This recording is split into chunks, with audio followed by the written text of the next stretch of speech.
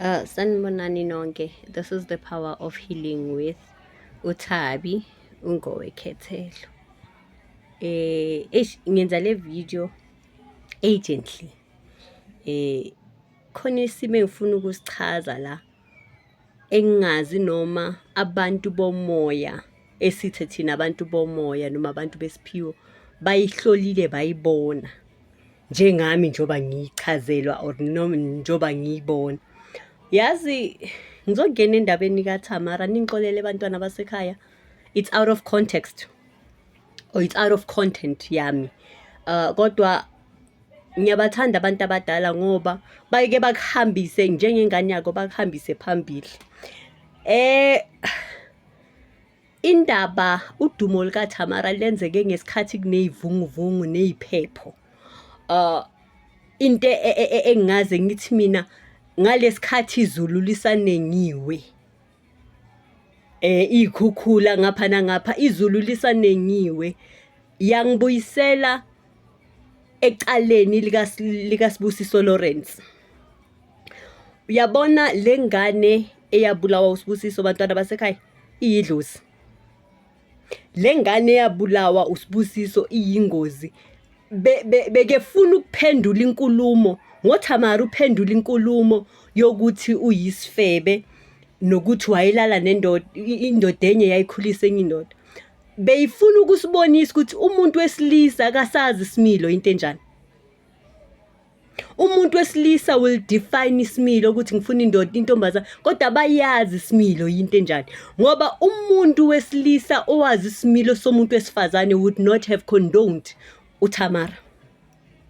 Umuntu wesilisa owazi ama-morals and integrity ne-reputation yomuntu wesifazane nomlomo womuntu wesifazane ukuthi fanele ukhiphe ini would have never condoned uThamara.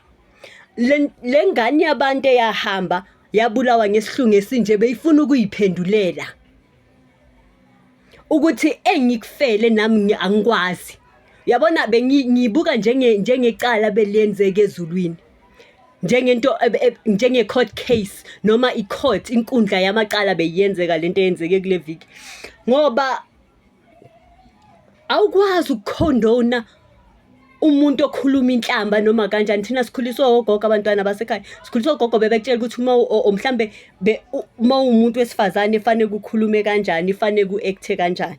So ingenze ngabuka ukuthi kahle kahle abasazi isimilo somuntu wesifazane. Besishumayezwa not so long ago ukuthi ulethane etafuleni njengomuntu wesifazane, ungathi uletha into yangaphansi. Bona futhi intombazane ekhuluma ebeke phezulu into yangaphansi ukuthi fanele ukuthi ibe nevalue or fanele ukuthi iyayiphelelwa ivalue, bakhondona nabaze bayifakela imali. Bebathe bona masingakhulumi ngekhekhe, ungezi ngekhekhe kuphela, yiza nangomqondo. Kodwa ingane engenamqondo bayithathe bayibeka phezulu.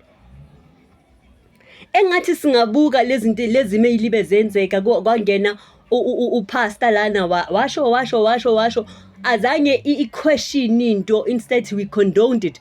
Kungena abantu manje abafike bathukana abantwana abancane. Nithi nini inhlonipho iphelile ey'nganeni ey'ncane kodwa yini enizipha imali ukuthi inhlonipho iphele? Nimlahlekisile umntwana abantu. Mina bengingabukanga kuye, bengingabukanga indaba yokuthi kuyoze kuphuma amaqiniso ngempilo yakhe, i-background ne-past yakhe. Bengibuka ukuthi uzohamba ayibulali ngoba into nento ibukeka iyinhle. Kuthiwa thina sikhule kuthiwa indlela, khona indlela ebukeka iyinhle kanti isigcino sayo ukufa. Bengiyibuke lapho mina.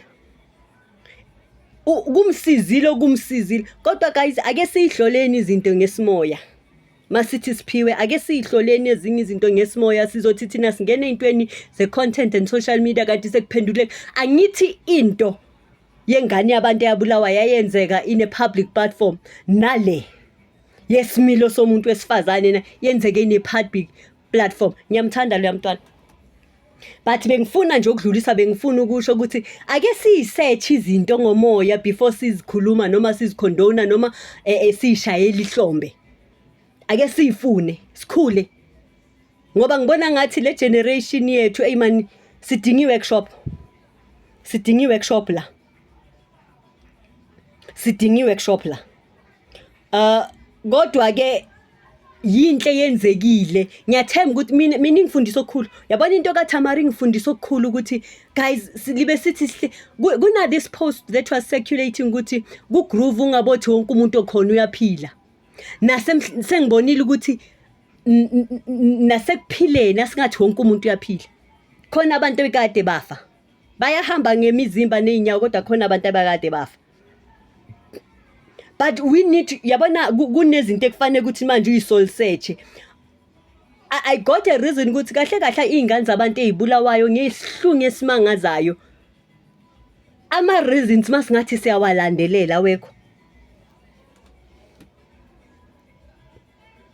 Masingathi siyawalandelela awekho ngoba yabona mawuzazi mawukwazi ukusebenzisa ilogic and understanding and applied knowledge buzobona ukuthi le akusiyona.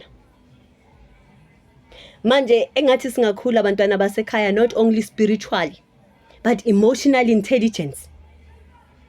Yabonga.